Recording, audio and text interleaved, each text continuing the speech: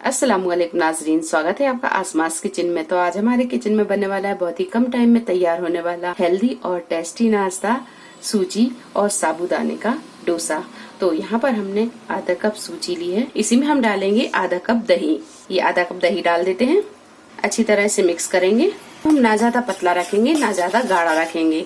तो अच्छी तरह मिक्स करने के बाद में इसे हम रख देते हैं 8 से 10 मिनट के लिए, ताकि ये अच्छी तरह फूल जाए। यहाँ हमने आधा कप साबूदाना लिया, आधा घंटे पहले पानी में भिगा। तो ये साबूदाने को हम अच्छी तरह पीस लेते हैं।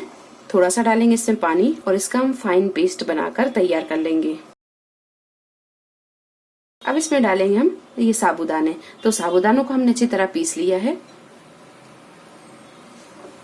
अब इसमें मिलाएंगे हम थोड़े से मसाले। तो मसालों में हमने हाफ प्याज ली और इसे बारीक काट लिया है, ये डाल देंगे। 1 हरी मिर्च, इसे हमने बारीक काट लिया है। बारीक कटा हुआ हरा धनिया, 1/4 टीस्पून जीरा पाउडर, हाफ टी स्पून नमक, या नमक आप अपने टेस्ट के हिसाब से डाल सकते हैं। सारी चीजों को अच्छी तरह हम मिक्स कर लेंगे। मिक्स करने के बाद में आप यहाँ इसकी कंसिस्टेंसी देख सकते हैं, ना ज्यादा गाढ़ी है और ना ज्यादा पतली है। अगर ये गाढ़ी है तो आप इसमें थोड़ा सा पानी मिला लें, और अगर पतली है तो आप इसमें थोड़ी सी सूजी मिला लें। तो यहाँ आप इसकी कंसिस्टेंसी देख सकते हैं कि बिल्कुल परफेक्ट है। तो अब हम बना लेते हैं इसके डोसे। पैन में हमने थोड़ा सा तेल डाला और इसे हम इस तरह फैला दे रहे हैं। तवा जब अच्छे से गर्म हो जाए तो इसमें डालेंगे हम ये बैटर। हल्के हाथों से इस तरह फैला देंगे। यहाँ हम ज्यादा पतला भी नहीं करेंगे और इसे ज्यादा मोटा भी नहीं रखेंगे। 2 से 3 मिनट के बाद में अब इसे हम पलटेंगे, क्योंकि हमने इसमें साबूदाना मिलाया है तो ये चिपक जाता है। अगर ये ज्यादा चिपके तो आप इसमें थोड़ी सी सूजी मिला लें।